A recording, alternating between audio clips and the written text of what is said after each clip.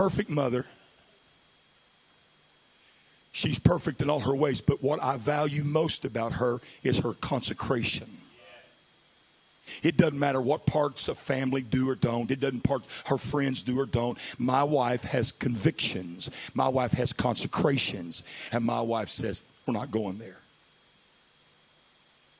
And because that relationship is so, I value that I want to protect that. That's what the first Adam lost. And he was told to keep it. He was told to keep it in order. He was told to keep it as God would have ordained it. And so when you leave the Old Testament, you leave the chaos of the Old Testament, you leave the pattern of the Old Testament, here comes the second Adam. And I shouldn't have to take very long here. Here comes the second Adam. And the second Adam arrives on the scene. And the first thing the book of Matthew records him saying is that suffer it be so now, for thus it becometh us to fulfill all. For thus it becometh us to fulfill all righteousness. So you've got the singular man talking the plurality again. But you only see one, not two or three. But he said us. Who was he referencing to when he used the plurality of us in the New Testament? This is the Gospel of Matthew. First thing he records Jesus ever saying is a plurality where he says, suffer it be so thus now, for thus it becometh us to fulfill all righteousness. He should have said, thus it becometh me, but he didn't mean me. He meant us. Where was the church? It was not born yet. So where was the church? Who's the church? The bride. Where's the bride at? So the second Adam shows up, and he's walking in the righteousness of his father because he knows who he is. He knows where his identity is. And then, man, didn't Brother Hughes explain it great? When they put him on the cross, he didn't submit. He didn't get defeated. He screamed, I won. And that crazy little soldier that walked up and opened up his side thinking he was going to hasten the death of the man Christ, he said, fun. And out of his side come. The only way birth can happen is, and what he didn't know is he took a rib out of the side of the second Adam because the blood and water is the formation of the bride. That's why Jesus used the plurality of us in Matthew, and blood and water is what you're in. And I thought she was with me, and that's why he was excited. That's why he said, oh, open it right here, because I know what's in there. I know what's going to come out of there. She's going to be beautiful. She's going to be like me. She's going to be the femininity of me. I'm going to be the masculine. She's going to be the feminine. But from this moment forward, I'm going to do everything I can to be one with her. I'm going to do everything I can to protect. That's why we ought to be the most victorious people. We ought to be the most excited people. We ought to be the most powerful people. We are not weak. We are not powerless. I'll try to close with this. If the first Adam awoke and issued the decree, from here on out, I will do everything I can to be one with you. Law first mentioned, pattern, keep it together. We've walked all the way through, here we are. Then the second Adam, when he was triumphant, the first thing he said, go to Jerusalem and wait for me. She is flesh of my flesh, bone of my bone. Behold, I will not leave you. Behold, I will come again to you. But I won't come like you see me now. I'm going to come as the comforter, not to be on you, but to be in you. I am going to join with you. I'm going to do everything I can to walk in harmony with you. But if two that walk together don't walk together in agreement and in harmony, there's nothing worse than a contentious home. There's nothing worse than that same spirit that's transferred into or transplanted into the body. We are not fighting. We should not be fighting against the leading of the Spirit. We should not be in competition with the groom. We are supposed to want to be with him. We're supposed to want to be in presence with him. We're supposed to desire him. We're supposed to want only him, not another, not him and somebody else, but unto him and him. So the desire is supposed to be to the Adam. Nothing else. And we have allowed so many other things in our lives where we desire him and it won't work. If we're going to follow through correctly, if we're going to be in the first, if we're going to be in the typology, if we're going to get all of this right, the thing that is concerning to me, even in Malaysia, Philippines, Bangladesh, these places that the Lord has blessed me, North America especially, is how the feminine are becoming masculine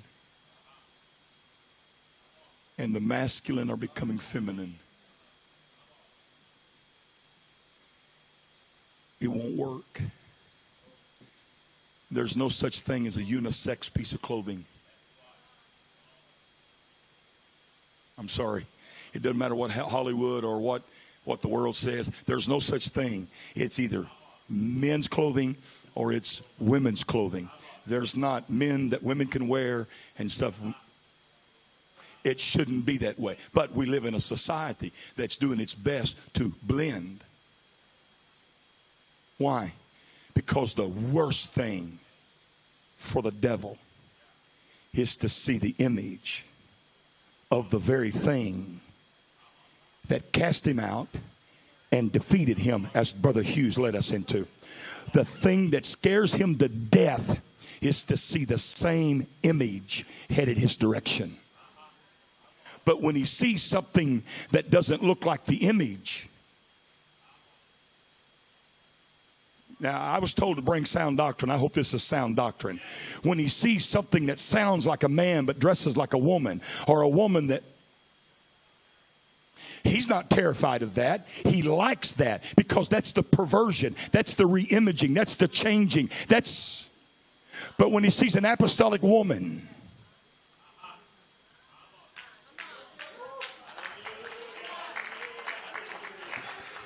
My God, when she's got her covering right,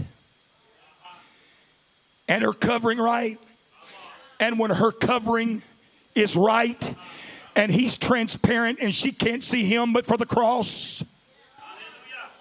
So there's no competition. There's no animosity. They walk hand in hand. They walk in harmony. They work in harmony. They are helpmeets one to the other. They're not lesser to each other. Come on, somebody help me. The devil terrifies. He is absolutely terrified. He understands that image. He knows what that image did to him, and he will do anything in his power to wreck it. Would you stand with me right now? Would you lift your hands? And can we pray like the bride of Christ?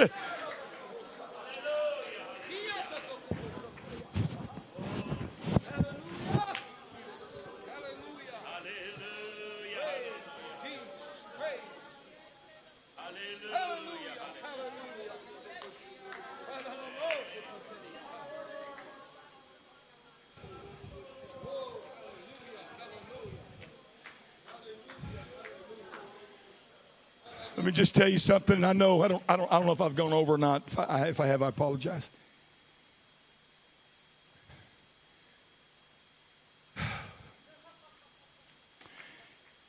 This whole thing since the first night and put a use last night.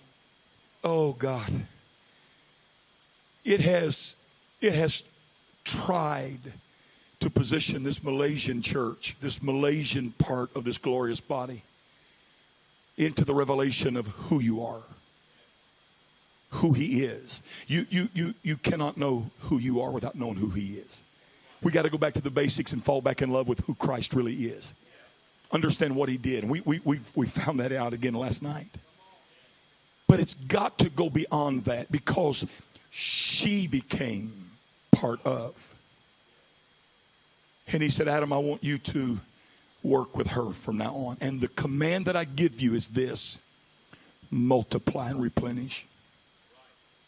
The only way, modern technology does wonderful things or perverted things, whichever you think it is, but God's way is for a man to love a woman. That produces children. For there to be a relationship between the masculine and the feminine, and they produce an offspring. The only way the church is ever going to have revival is for us to go back into relationship with him. You can't have a cold bedroom and a hot love affair with him. In other words, you can't come in here and say how much you love him and walk out of here tomorrow when there's none of this here and not even acknowledge his existence. It doesn't work that way. It's what we heard last night. We can have this 24 hours a day, 7 days a week. You can be in Malaysia and flirt with your wife. Unto her, unto him. What the first Adam messed up, the second Adam fixed. Devil, you ought to be afraid of us. The minute my feet hit the floor, they ought to send an earthquake to the supernatural world. And demons ought to start saying, oh my God, Jeff Morgan's awake. Here we go. And the first prayer I ought to pray is, how much havoc can I wreak today for you, God, in the devil's kingdom? What do you want me to do today? Do you not see how God has put this meeting together to bring revelation that you are not some third world country or some second-rate person. You are the beloved bride of Jesus Christ. You are the apple of his eye. You're the love of his heart. You have dominion over all. Lift your hands and your voice.